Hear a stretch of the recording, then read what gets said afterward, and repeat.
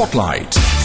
If you're interested in politics, the economy, social and cultural issues affecting Russian-UK relations and matters here at home, tune in as we discuss the latest news with top experts and specialists in the Spotlight. Hello and welcome to another edition of Spotlight, brought to you by the Voice of Russia. My name's Ian Sumter. I'm Maria Ushakova. In today's programme coming up, the tabloid empire strikes back. Big problems for microfirms in the UK. Minimum salary rule for UK's immigrants. Rupert Murdoch's media empire may have faced a tough time in the recent past. The popular, if salacious, News of the World was forced to close amidst the numerous allegations of phone hacking, prompting compensation payments to various celebrities and the high-profile Levinson investigation into tabloid journalism practices. A few weeks ago, several journalists from the Sun newspaper were arrested by police for allegedly bribing public officials, and there is the threat that legal action could continue to be taken against News International in the United States. But now Rupert Murdoch, who is, according to Forbes magazine, the 38th richest person in the United States and the 117th richest person in the world, is bidding to regain lost readers, lost revenues and lost credibility. This weekend saw the launch of The Sun on Sunday, in a publication very different from the now defunct News of the World. In the first edition, the newspaper editorial declared that it would be a fearless, outspoken, mischievous and fun, as well as being a force for good. Recent scandals came very much to the fore as the newspaper also emphasized that our journalists must abide by the Press Complaints Commission Code, the industry standard for ethical behavior and the News Corporation standards of business conduct. But the newspaper also leapt to the defense of fellow journalists accused in the latest sting at the Sun. We believe those individuals are innocent until proven guilty, the editorial declared.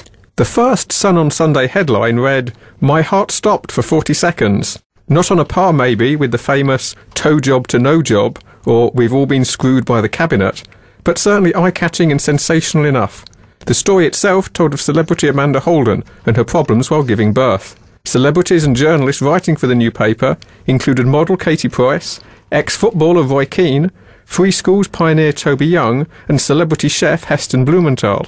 But no page 3 girls, no bedroom scandals, and no political revelations, all of which filled the News of the World in abundance.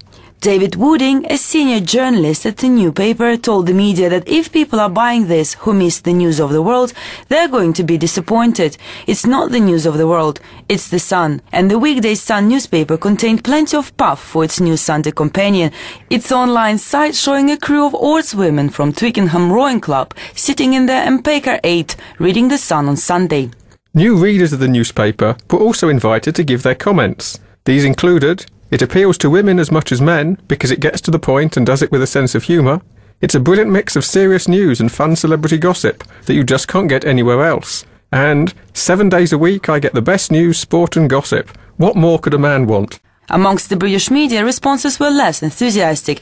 Daily Telegraph media writer Neil Midgley told the BBC it feels very tame. The Observer quotes media commentator Steve Hewlett, who described the launch as weekend's welcome distraction for Rupert Murdoch amongst the other scandals that were besetting News International. And according to Reuters, a second media commentator, Roy Greenslade, described the new paper as blunt.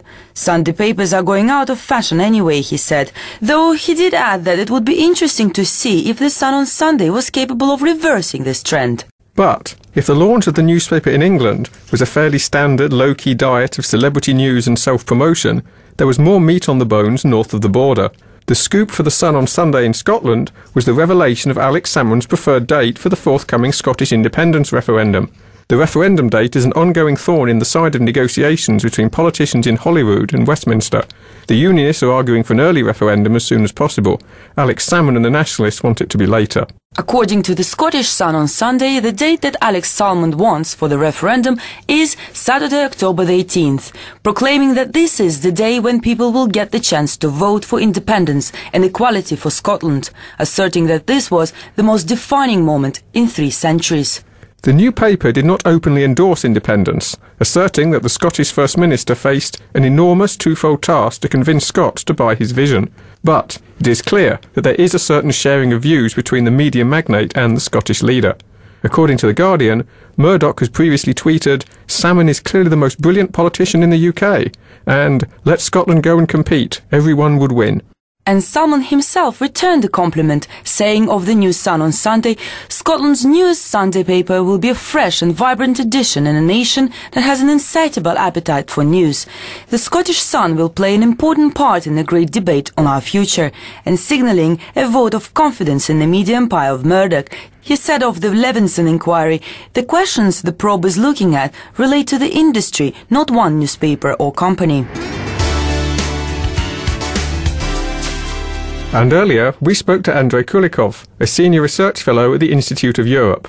Well, we can see 3 million copies of the Sun on Sunday sold in Britain. The success also raises questions about reasons and prospects of the new weekly paper in Britain. Rupert Murdoch said that he wished to make tabloid journalism in Britain fearless, fun and ethical. But this announcement actually contradicts the very nature of tabloid journalism, and it's hard to predict the final success of a new weekly paper because journalism in Britain, tabloid journalism in Britain, has always been a very personal and contradictory business. It has always been followed by scandals and rumors and all the qualities and features of show business and dirty tricks. But anyway, the prospects of the new weekly paper are quite bright. I believe that it will successfully replace the News of the World that was closed by Rupert Murdoch after the phone hacking scandal. And that was Andrei Kulikov, a senior research fellow at the Institute of Europe. It is often said that nothing is as dead as yesterday's newspaper, but it is also said that there is no news like old news. The news of the world may now be good for nothing apart from metaphorically wrapping up greasy fish and chips, but the readership of 2.7 million is still there, as is the £150 million of annual revenue in sales and advertising. And the Sun on Sunday clearly hopes to mop up some, if not all, of this readership. Rupert Murdoch himself has said, "I will be very happy at anything substantially over 2 million. And that would certainly be a publicity coup to show that despite the current legal travails, the newspaper was still giving the public what they wanted. It is perhaps unsurprising that everyone is on their best behaviour at the new Sun on Sunday, and the image is a little squeaky clean. Too much scandal is clearly out of fashion at the moment, but how long before temptation shows itself again?" This is the Voice of Russia.